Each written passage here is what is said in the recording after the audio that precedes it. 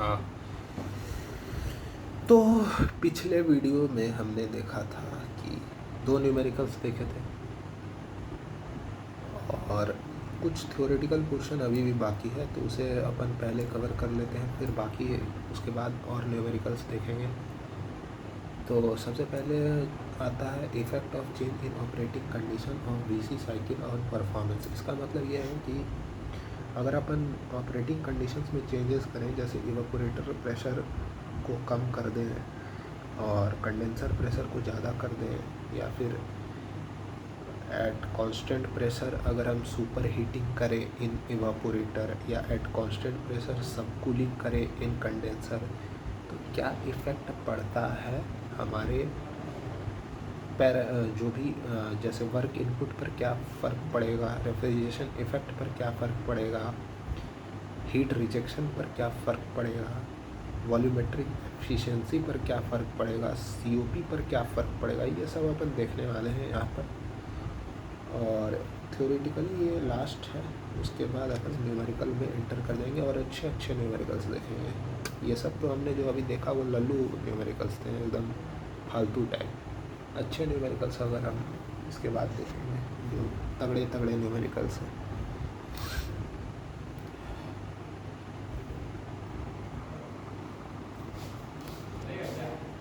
तो जो सबसे पहला है हमारा कि इवापोरेटर प्रेशर को अगर अपन डिक्रीज़ करें तो क्या फ़र्क पड़ता है उससे। टीएस डायग्राम पहले देखते हैं, उसके बाद पीएच डायग्राम देखते हैं। मतलब टीएस डायग्राम और पीएच डायग्राम बनाया हुआ है हमारा। अब ऑब्वियस सी बात है कि अगर मेरा इवेपोरेटर प्रेशर पहले था 4 से 1, तो अब ये डिक्रीज हो गया, तो अब ये नया कांस्टेंट प्रेशर लाइन पर आएगा जो कि इससे नीचे होगा 4' से 1'। ठीक है, तो इसी के कॉरेस्पॉन्डिंग जो पीएच डायग्राम बनता है वो टीएस से पीएच बनाने में थोड़ा सा बता देता हूँ कि क्या फ़र्क पड़ता है टीएस से पीएच जाने में।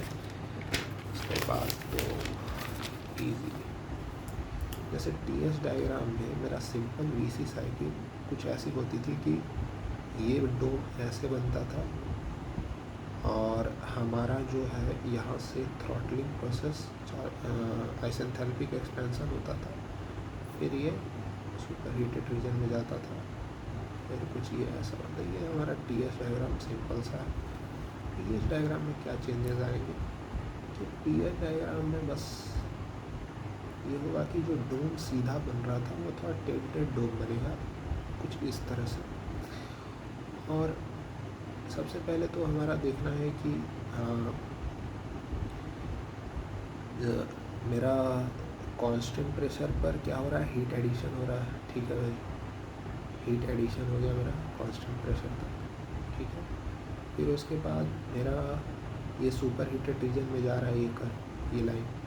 तो बस अंतर ये आता है कि ये जो लाइन है कंप्रेशर वाली, ये अब थोड़ा टिल्टेड बन जाए, मतलब थोड़ा ऐसे ऐसे कर गया। फिर उसके बाद सुपर हीटेड रीजन से ही मेरा कंडेंसर में हीट रिजेक्शन प्रोसेस चालू हो गया, यहाँ तक गया, और फिर यहाँ से मेरा आइसेंथैल्पिक प्रोसेस हो रहा है। तो आइसेंथैल्पिक प्रोसेस को ऐसे दिखा देते हैं, आइसेंथैल्पिक प्रोसेस। तो ये टीएस डायग्राम है, ये पीएच डायग्राम। आइसेंथैल्पिक प्रोसेस यहाँ कांस्टेंट लाइन आएगा, क्यों? क्योंकि ये पीएच डायग्राम है, ये टीएस डायग्राम था। ठीक है, तो यह हो गया मेरा बेसिक टीएस और पीएच के बीच का क्लैरिटी आ गया। और तो पीएच डायग्राम में भी पहले जो साइकिल बन रही थी वो 4 1 2 3 बन रही थी। अब जो नई साइकिल बनेगी वो क्या होगी, 4' से 1' और 4 1 2 3, 4' 1' 2' 3, सिंपल। अब क्या इफेक्ट आता है, देखिए वर्क इनपुट में क्या इफेक्ट आता है कि सिंपल सा लॉजिक है कि वर्क इनपुट बढ़ेगा ही, यहाँ से देखो चाहे यहाँ से देखो। यही से देखते हैं क्योंकि पीएच डायग्राम से एनालिसिस करना थोड़ा इजी होता है। वर्क इनपुट क्या होगा, H2 - H1 नॉर्मल वाले में, H2 - H1 या H2 - H1। अब नए वाले में क्या होगा, जब इवेपोरेटर प्रेशर को अपन ने डिक्रीज किया तो H2' माइनस का H1'। अब H2' तो बढ़ गया, साथ में H1' घट गया, दिख रहा है डायग्राम से, दिख रहा है H1' H1 से घटा हुआ है, मतलब H1 ज़्यादा है, H1 डैश कम है। तो H1 डैश कम होने से माइनस लगा हुआ है यहाँ, तो ये बढ़ गया माइनस का H1 डैश, और H2 डैश भी H2 से बढ़ गया था। तो ये वर्क इनपुट कंप्रेशन ज़्यादा है पहले वाले के कंपेयर। सिंपल रेफ्रिजरेशन इफेक्ट पे क्या चेंज हो रहा है, सिंपल सा बात है कि रेफ्रिजरेशन इफेक्ट 4 से 1 हो रहा था और 4 डैश से 1 डैश हो रहा है। तो H1 माइनस H4 यहाँ पर हो जाएगा H1 डैश माइनस का H4 डैश। अब H4 डैश और H4 तो बराबर हैं आपस में, बचता है H1 डैश और H1 में कंपैरिजन। H1 बड़ा है H1 डैश, यानी हमारा रेफ्रिजरेशन इफेक्ट घट गया। COP में क्या होगा, रेफ्रिजरेशन इफेक्ट भी घटा, वर्क इनपुट भी बढ़ा, वर्क इनपुट बढ़ा, रेफ्रिजरेशन इफेक्ट घटा, तो COP ओवरऑल घट गया। वॉल्यूमेट्रिक एफिशिएंसी में अगर हम देखें तो उससे पहले हम देख लेते हैं हीट रिएक्शन। हीट रिएक्शन भी देखें तो H2 डैश माइनस H3 हो रहा था, अब H2 माइनस H3 हो रहा है। तो अब हीट रिजेक्शन क्या हो रहा है, हीट रिजेक्शन हमारा बढ़ जा रहा है, क्योंकि H2 डैश माइनस H3 ये गैप ज़्यादा है इसके कंपेयर में। तो इसका क्या मतलब हुआ यहाँ से, इसका मतलब ये है कि larger area is required to be design for condenser. अगर पहले हमारा कंडेंसर जो था उसमें हीट रिजेक्शन, कंडेंसर में कॉइल्स बनी होती हैं, मतलब कुछ इस तरह से ऐसे करके ऐसे करके, यहाँ से हमारा हीट रिजेक्शन अगर हो रहा था, तो अब जो हीट रिजेक्शन है वो एक लार्जर एरिया में होगा। मीन्स क्योंकि हीट रिजेक्शन अब ज़्यादा हीट फेंकना है हमेशा एम्बिएंट में, तो अब उसके लिए हमारा जो एरिया कंडेंसर का जो डिज़ाइन होगा एरिया के टर्म्स में वो ज़्यादा होगा पहले के कंपेयर में।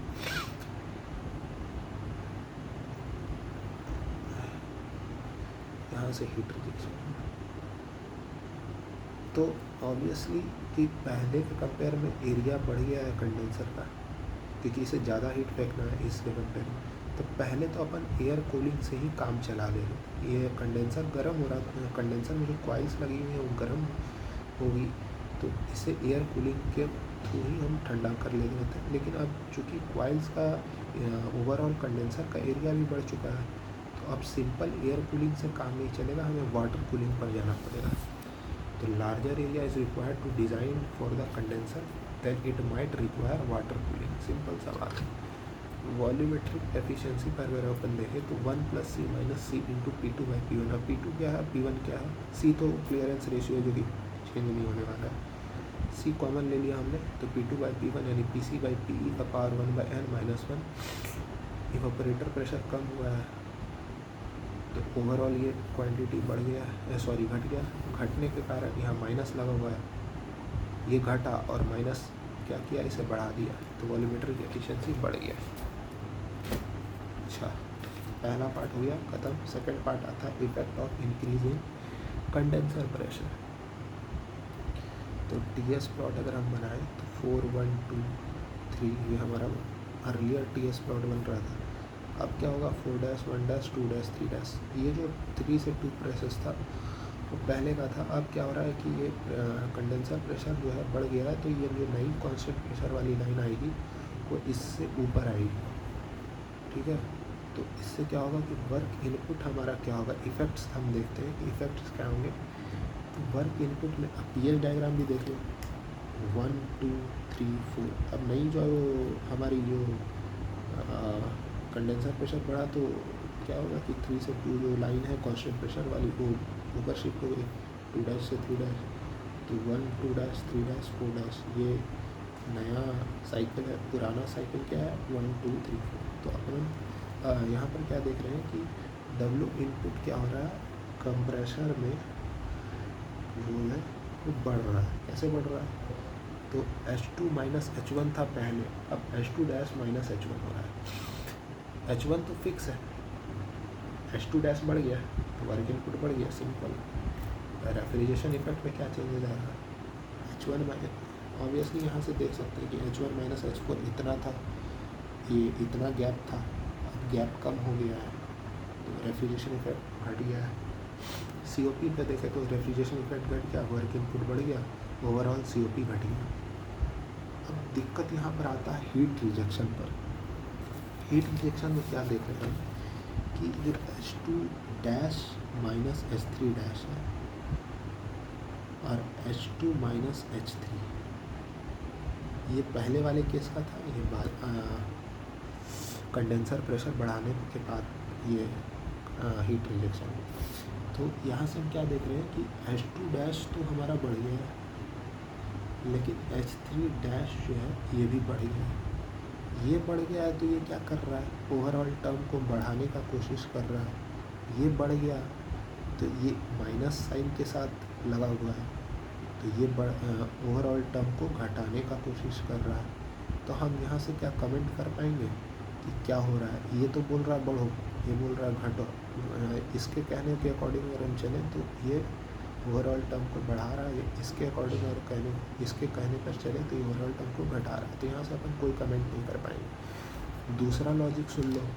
दूसरा लॉजिक ये है, इस प्लॉट से अगर हम देखें, TS डायग्राम से अगर हम देखें तो 3 से 2 प्रोसेस हो रहा था पहले। अब जब प्रेशर बढ़ गया तो 3 से 2 डैश। तो सेंसिबल हीटिंग कहाँ से कहाँ हो रहा है, इस रीजन में सेंसिबल हीटिंग हो रहा है और इस रीजन में लेटेंट हीटिंग हो रहा है। तो ऑब्वियसली इस ग्राफ को देखने से हमें पता लग रहा है कि जो लेटेंट हीट है, जो टेम्परेचर T, जो लेटेंट हीट है वो तो घट गया है हमारा। ये लाइन जो है ये लेटेंट हीट है, ये सेंसिबल हीट है। लेटेंट हीट तो घट गया, लेकिन सेंसिबल हीटिंग क्या हुआ है, सेंसिबल हीटिंग बढ़ गया है। सेंसिबल हीटिंग बढ़ गया, लेटेंट हीटिंग घट गया। यहाँ लेटेंट हीटिंग बढ़ा हुआ है, सेंसिबल हीटिंग कम है। तो यहाँ से भी अपन कोई कमेंट नहीं कर पाएंगे कि हीट रिजेक्शन बढ़ा है या घटा है। वही चीज़ यहाँ लिखा हुआ है कि latent heating at high pressure is less than at low pressure and also sensible heat at high pressure is no more than sensible heat at low pressure of condenser. Latent heat at high pressure is less than at low pressure. ठीक है, sensible heat at high pressure is less, no more का मतलब क्या है, less than sensible heat at low pressure of condenser. हाँ, तो यहाँ से इन द एब्सेंस हमने बिना, जब तक हमें डेटा नहीं दिया रहेगा तब तक हम कुछ कमेंट नहीं कर पाएंगे यहाँ से। तो यहाँ से भी क्लैरिटी है और यहाँ से भी मैंने बता दिया है कि क्यों नहीं अपन कमेंट कर पाएंगे वहाँ से। तो हीट रिजेक्शन के बारे में हम कुछ नहीं कर सकते। अब आता है हमारा थर्ड पॉइंट, वॉल्यूमेट्रिक एफिशिएंसी।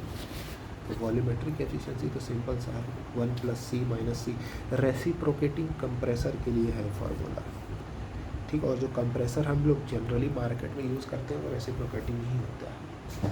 हम यहाँ एक्सियल और सेंट्रीफ्यूगल कंप्रेसर की बात नहीं कर रहे हैं। तो यहाँ से वॉल्यूमेट्रिक एफिशिएंसी का ये सी चेंज होगा क्या, क्लियरेंस रेशियो कभी चेंज नहीं होगा। जो चेंज होगा यहाँ पे, तो C को कॉमन ले लिया, P2/P1 का पावर 1/n-1। तो P2 क्या है, PC, P1 क्या है, PE। अब PC बढ़ गया, PC कंडेंसर प्रेशर बढ़ गया, इवेपोरेटर प्रेशर तो कांस्टेंट है, कंडेंसर प्रेशर बढ़ गया, तो ये क्या माइनस के साथ लगा हुआ, तो ये घट जाएगा। तो वॉल्यूमेट्रिक एफिशिएंसी घट जाएगा due to increasing condenser pressure. अब जो मेरा नया आता है, इसके बाद जो आता है super heating in the evaporator.